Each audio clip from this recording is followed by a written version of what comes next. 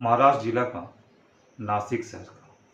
नासिक शहर से एक थाना लगता है सुरगना। सुरगना थाना से सटा हुआ एक गांव है मालगोदा। मालगोदा के रहने वाले एक यशवंत ठाकरे, जिनकी उम्र 30 वर्ष होती है। यशवंत ठाकरे की एक पत्नी होती है प्रभा यशवंत ठाकरे। उसकी उम्र होती है 25 वर्ष। ये दोनों अपनी जिंदगी में बहुत ही खुश रहते हैं। ये दोनों परिवार बेहद गरीब रहते हैं, लेकिन अपनी रोजी रोटी दोनों मिलकर कमाते थे। तभी 12 जून 2025 को इस प्रभा ठाकरे के घर के पास कुछ बदबू आ रही थी। बदबू आने के कारण अगल बगल के पड़ोसी जो हैं वो परेशान हो जाते हैं और इस प्रभा के घर उन्हें यशवंत ठाकरे के घर पहुंचते हैं। वहां पर दरवाजे को नॉक किया जाता है और उनसे तभी निकलती है प्रभा ठाकरे। प्रभा ठाकरे, जिसको बोला जाता है कि आपके घर तरफ से काफ़ी बदबू आ रही है, क्या और किस चीज़ की ये बदबू है। तभी प्रभा ठाकरे उन सभी की बात को नज़रअंदाज करती है और अपने घर से जाने के लिए कहती है। बोलती है, ऐसा कोई बदबू हम लोग को नहीं आ रहा है। तभी वहाँ के पड़ोसीगण पुलिस को फ़ोन करते हैं और बोलते हैं कि साहब, इस घर की तरफ से काफ़ी गंदी बदबू आ रही है, लेकिन हम लोगों ने जब इसके घर वाले को बोला तो वो लोग हम लोगों को वहाँ से भगा दिए। कृपया आप आइए और थोड़ी सी जांच पड़ताल कर इस बदबू को ख़त्म करवाने की कृपा करें। पुलिस जैसे इस घटना को सुनती है, वो चले आते हैं यशवंत ठाकरे के घर। और यशवंत ठाकरे के घर आने के बाद उन लोग को भी लगता है कि इस घर से बहुत ही बदबू आ रही है।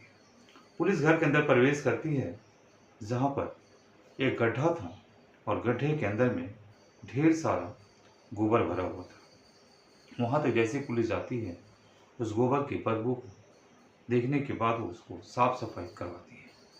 साफ सफाई करवाने के बाद कुछ बदबू कम हो जाता है और फिर वो लोग चले जाते हैं। लेकिन फिर 1 से 2 दिनों के बाद बदबू आना जो बंद नहीं होता है और बदबू की सीमा और बढ़ जाती है। बदबू ज़्यादा तेज़ी से बढ़ने लगती है। फिर गांव वाले लोग इकट्ठा होते हैं और फिर साहब को बोलते हैं जाकर थाने में कि साहब, बदबू कम नहीं हुआ है, बल्कि और ज़्यादा बढ़ गया है। थोड़ा एक बार फिर चल करके आप देख लेते हैं।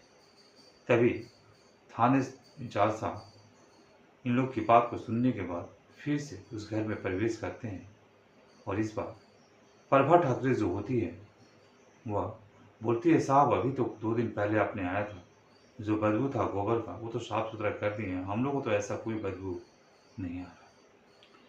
लेकिन इंस्पेक्टर साहब कहते हैं कि बदबू तो आ रहा है, बहुत तेज़ मात्रा में आ रहा है, इसकी छानबीन करना होगा। और वो पूरे घर की छानबीन में लग जाते हैं। तभी इंस्पेक्टर साहब और वहाँ के गांव के आस पड़ोस के जो लोग थे इस घर की पूरी छानबीन करते हैं, लेकिन किसी को कोई भी ऐसा वस्तु या ऐसा सड़ा गला चीज़ मिल नहीं रहा था जिससे बदबू आ रही है।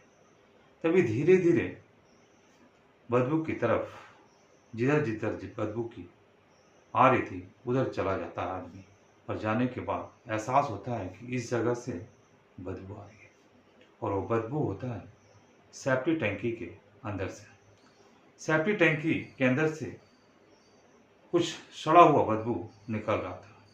पुलिस अब इस प्रभा ठाकरे से पूछना चालू करती है कि यहाँ से ऐसा क्या चीज़ है जो बदबू आ रहा है, लेकिन प्रभा ठाकरे कुछ भी बताने से इनकार कर रही थी।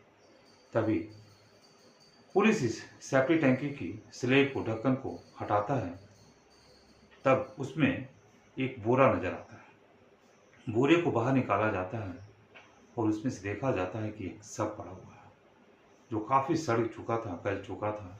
उसे खोला जाता है तो उसकी शव की 10 टुकड़े किया हुआ रहता है, 10 से ज़्यादा टुकड़े किया हुआ था।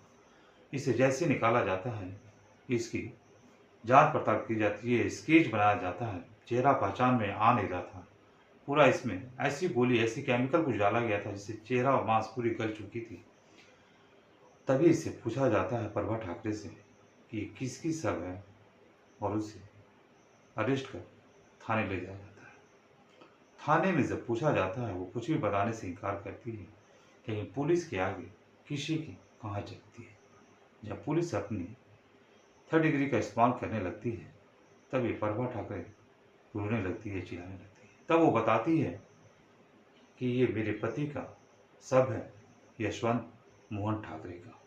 यशवंत मोहन ठाकरे जिसकी उम्र होती है 35 वर्ष, इसकी शव है। अब इसके कारण पुलिस पूछने लगती है कि आखिर आप अपने पति को मारे क्यों। तब वो जो दृश्य बताती है वह यकीनन सभी को चौंका देती है, और आप इस घटनाक्रम को सुनेंगे तो आप भी चौंक जाएंगे। नमस्कार, मैं संतोष प्रसाद, आप देख रहे हैं संतोष अकेला फैक्ट। दोस्तों, ये घटना शुरू होता है 14 अप्रैल 2025 को।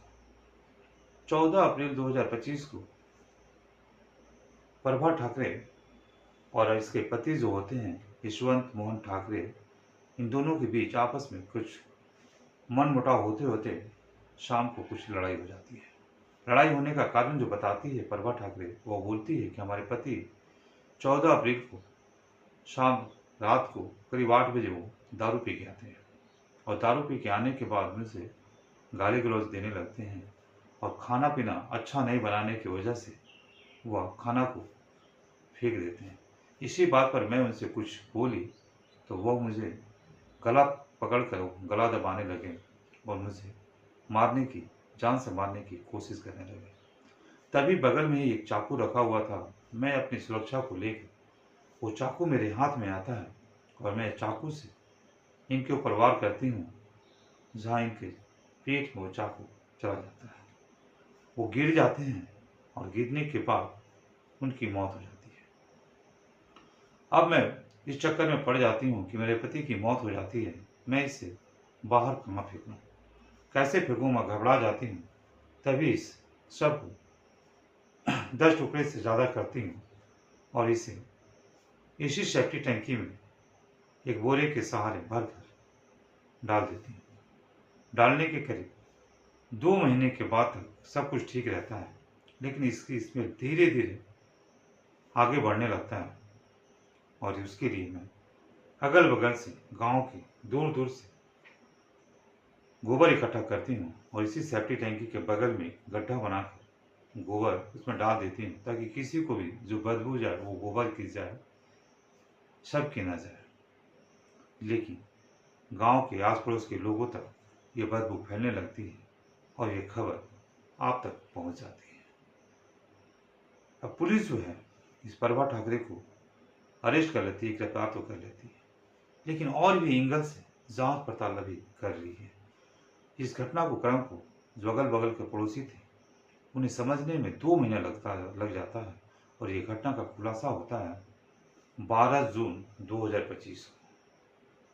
घटनाक्रम हुआ था 14 अप्रैल 2025 को, और इस 2 महीने में इस लाश से, इस शव से बदबू आने लगी, और 12 जून 2025 को आस पड़ोस वाले को बदबू के कारण पुलिस तक कंप्लेन करना पड़ा, और पुलिस आने के बाद इस रहस्य की घटना से पर्दा हटाता है।